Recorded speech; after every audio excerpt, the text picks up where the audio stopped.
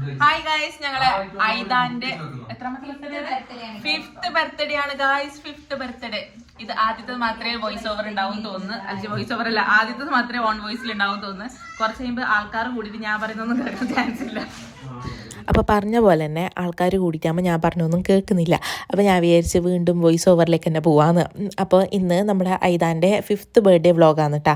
അപ്പം ബർത്ത്ഡേ കഴിഞ്ഞിട്ട് ഫെബ്രുവരി last week തന്നെ ബർത്ത്ഡേ കഴിഞ്ഞ്, പക്ഷേ വീഡിയോ വരാൻ കുറച്ച് ലേറ്റ് ആയിപ്പോയി.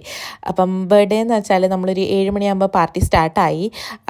ഫുള്ള് ഡെക്കോറും കാര്യങ്ങളെല്ലാം ചെയ്തത് നമ്മുടെ അഭിജിത്തേട്ടനും വൈഫും കൂടിയിട്ടാണ് കേട്ടോ.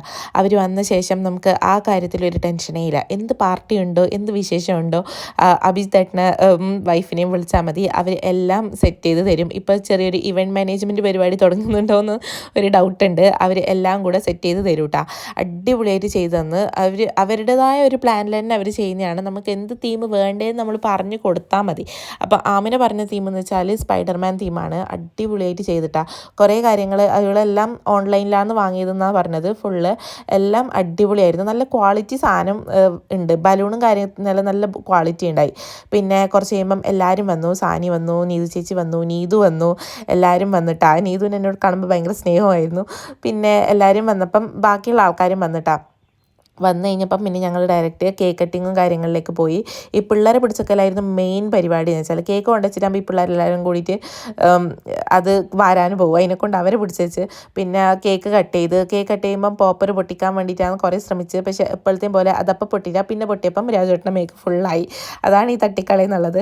പിന്നെ അത് കഴിഞ്ഞപ്പം എല്ലാവർക്കും കേക്ക് കൊടുത്തു, സ്വീറ്റ്സ് കൊടുത്തു. അതിന് മുന്നേ വെച്ചാൽ ഐദാന് നാട്ടിൽ നിന്ന് ഗിഫ്റ്റ് വന്നിട്ടുണ്ടായി. ഒരു സൈക്കിള് നാട്ടിൽ നിന്ന് ഐദാൻ്റെ മാമി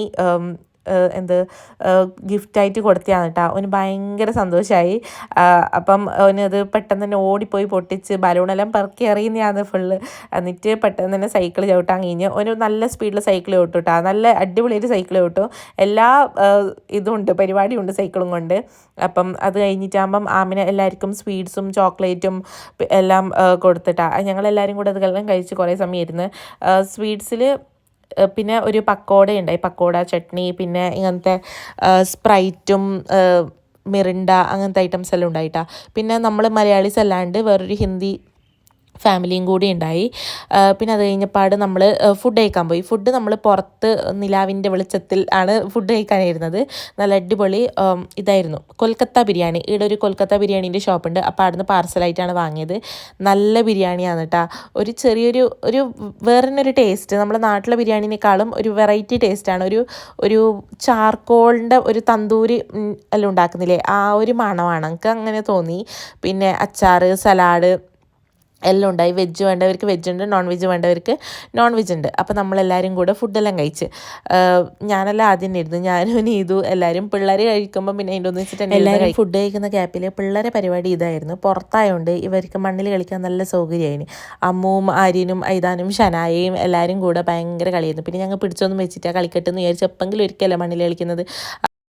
പിന്നെ പാർട്ടിയെല്ലാം കഴിഞ്ഞിട്ടാകുമ്പം ഒരു കട്ടൻ ചായ മസ്റ്റാണ് കേട്ടോ. ഇപ്പം ഒരു കട്ടൻ ചായയും പിന്നെ എല്ലാവരും കൂടി ഇരുന്നിട്ട് ചുറ്റും ഇരുന്നിട്ട് കുറേ സമയം പാട്ടെല്ലാം പാടിയിട്ടാണ് പിന്നെ വീട്ടിൽ പോകുന്നത്. ഇതൊരു സ്ഥിരം ഏർപ്പാടാണ്. പക്ഷെ നല്ല രസമായിരുന്നു.